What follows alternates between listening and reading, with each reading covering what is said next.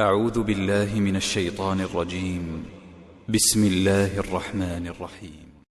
يسألونك ماذا ينفقون قل ما أنفقتم من خير فللوالدين والأقربين واليتامى والمساكين وابن السبيل وما تفعلوا من خير فإن الله به عليم.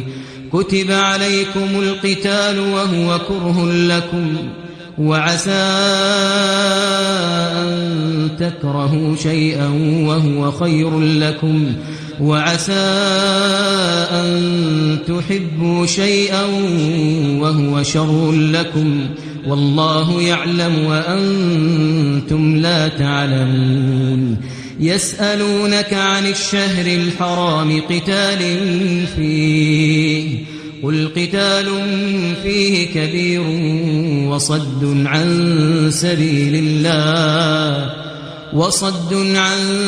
سبيل الله وكفر به والمسجد الحرام وإخراج أهله منه أكبر عند الله والفتنة أكبر من القتل ولا يزالون يقاتلونكم حتى يردوكم عن دينكم إن استطاعوا ومن يرتدد منكم عن دينه فيمت وهو كافر فأولئك حبطت أعمالهم في الدنيا والآخرة وأولئك أصحاب النار هم فيها خالدون. إن الذين آمنوا والذين هاجروا وجاهدوا في سبيل الله أولئك يرجون رحمة الله والله غفور رحيم. يسألونك عن الخمر والميسر قل فيهما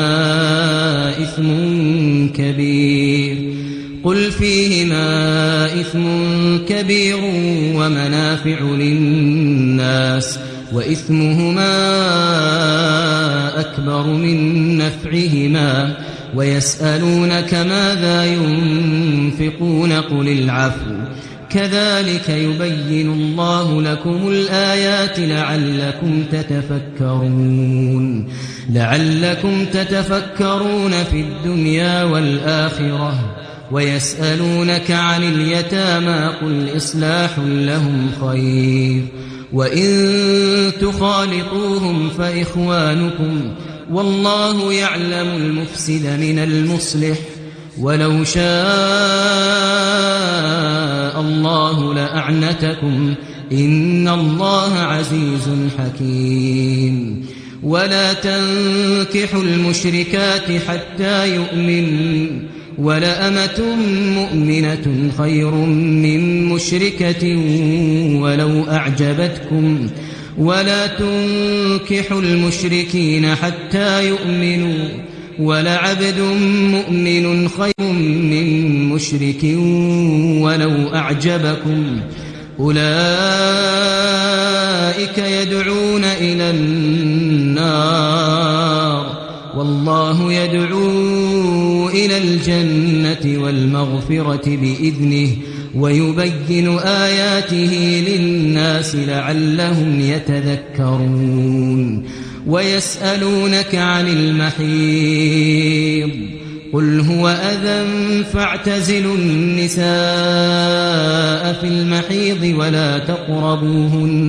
ولا تقربوهن حتى يطهرن فإذا تطهرن فأتوهن من حيث أمركم الله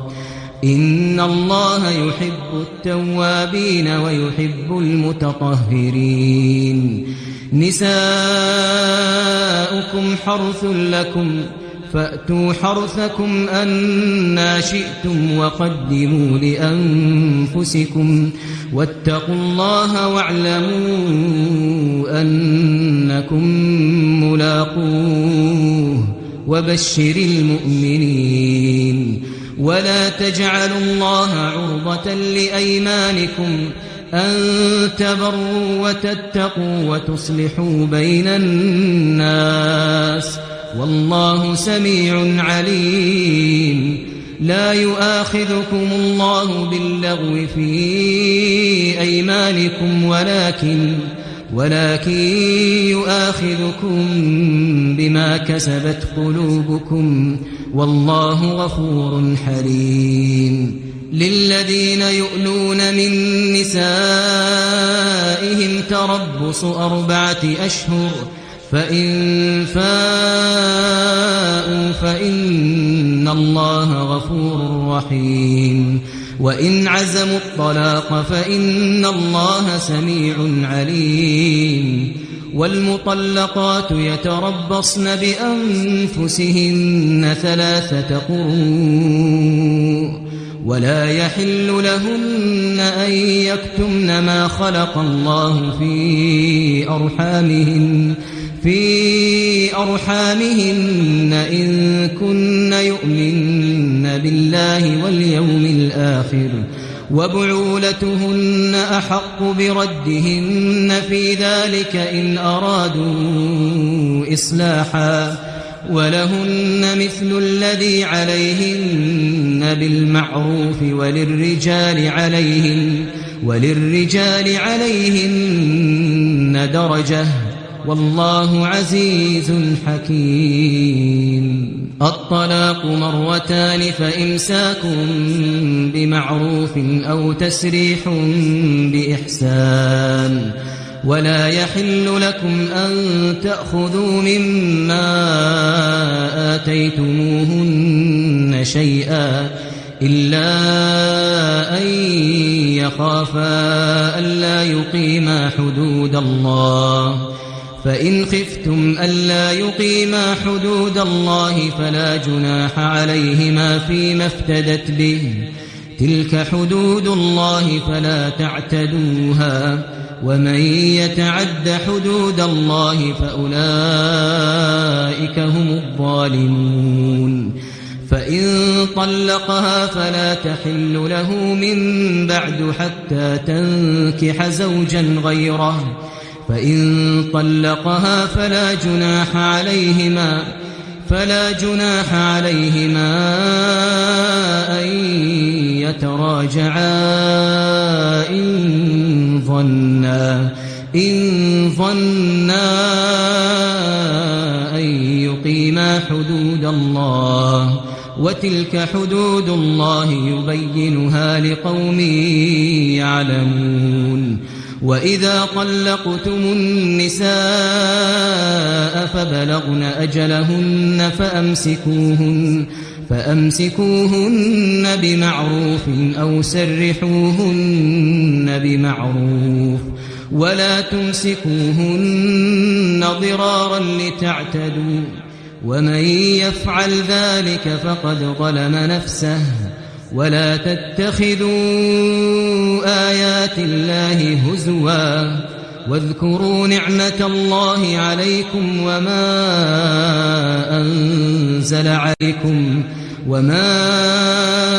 أنزل عليكم من الكتاب والحكمة يعظكم به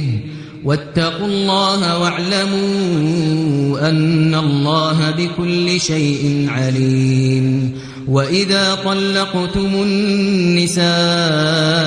فبلغن أجلهن فلا تعضلوهن أن ينكحن أزواجهن إذا تراضوا بينهم بالمعروف. ذلك يوعظ به من كان منكم يؤمن بالله واليوم الآخر ذلكم أزكى لكم وأطهر والله يعلم وأنتم لا تعلمون. والوالدات يرضعن أولادهن حولين كاملين لمن أراد أن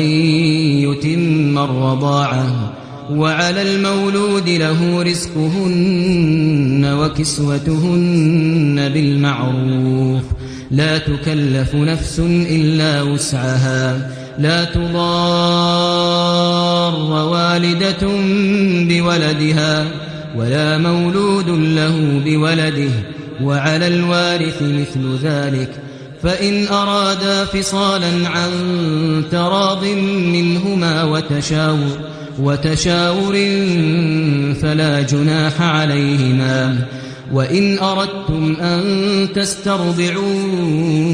أولادكم فلا جناح عليكم إذا سلمتم ما آتيتم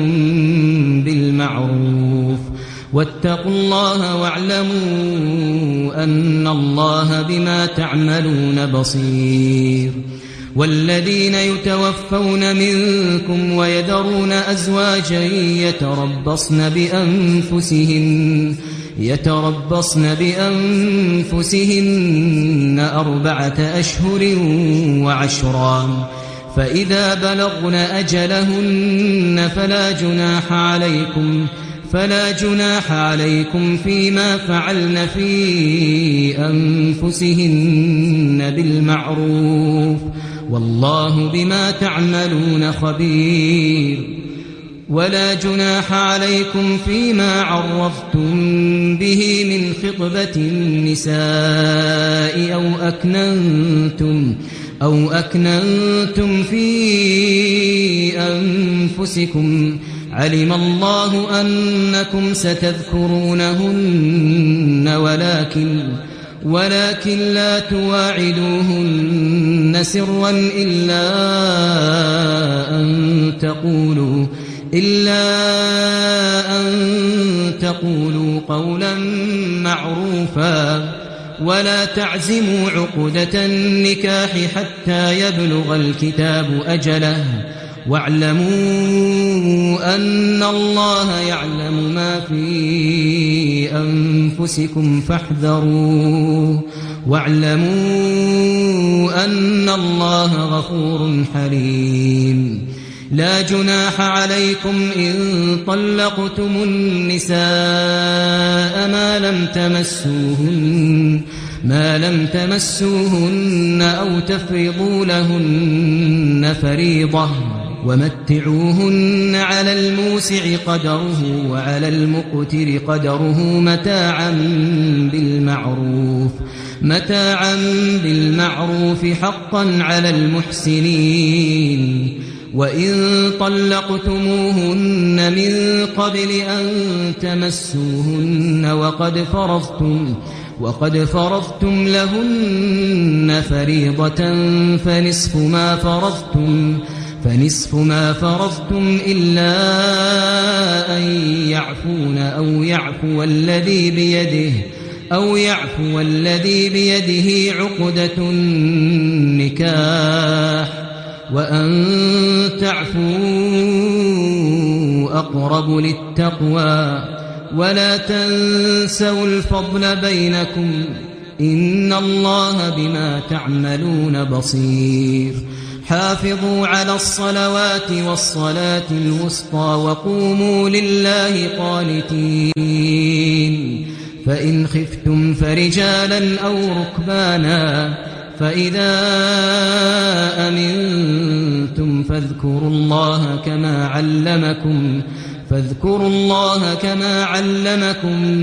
ما لم تكونوا تعلمون والذين يتوفون منكم ويذرون أزواجا وصية لأزواجهم متاعا إلى الحول غير إخراج فإن خرجن فلا جناح عليكم فيما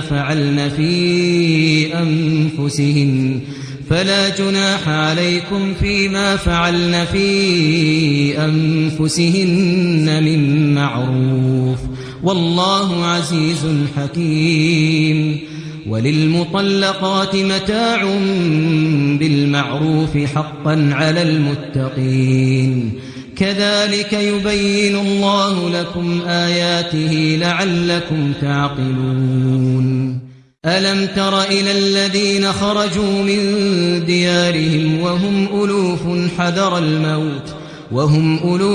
حذر الموت فقال لهم الله موتوا ثم أحياهم إن الله لذو فضل على الناس ولكن أكثر الناس لا يشكرون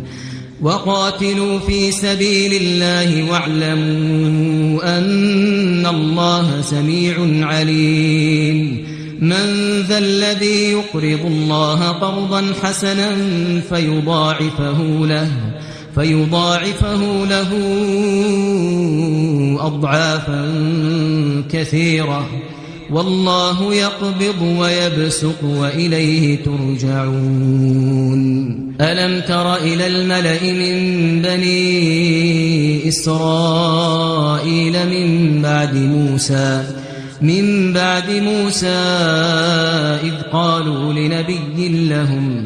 إذ قالوا لنبي لهم ابعث لنا ملكا نقاتل في سبيل الله قال هل عسيتم إن كتب عليكم القتال ألا تقاتلوا قالوا وما لنا ألا نقاتل في سبيل الله وقد أخرجنا من ديارنا وأبنائنا فلما كتب عليهم القتال تولوا إلا قليلا منهم والله عليم بالظالمين وقال لهم نبيهم إن الله قد بعث لكم طالوت ملكا قالوا أنى يكون له الملك علينا ونحن أحق بالملك منه ولم يؤت سعة من المال قال إن الله اصطفاه عليكم وزاده بسطة في العلم والجسم والله يؤتي ملكه من يشاء والله واسع عليم وقال لهم نبيهم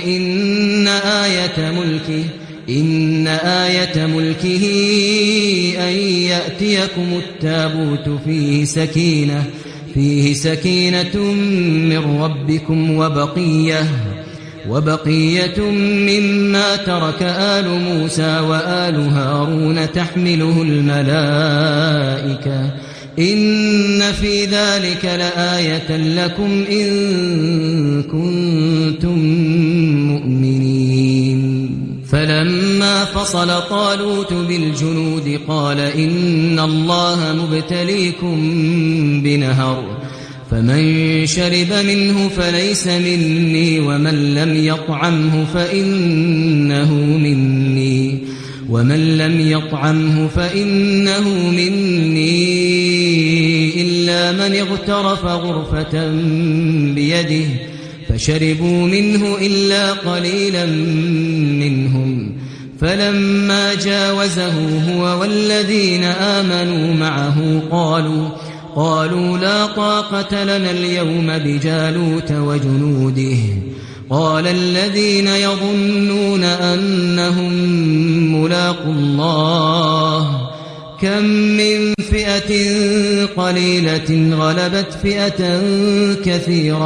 غلبت فئة كثيرة بإذن الله والله مع الصابرين ولما برزوا لجالوت وجنوده قالوا ربنا أفرغ علينا صبرا وثبت أقدامنا وانصرنا على القوم الكافرين فهزموهم بإذن الله وقتل داود جالوت وآتاه الله الملك والحكمة وعلمه مما يشاء ولولا دفع الله الناس بعضهم ببعض لفسدت الأرض ولكن الله ذو فضل على العالمين تلك آيات الله نتلوها عليك بالحق وإنك لمن المرسلين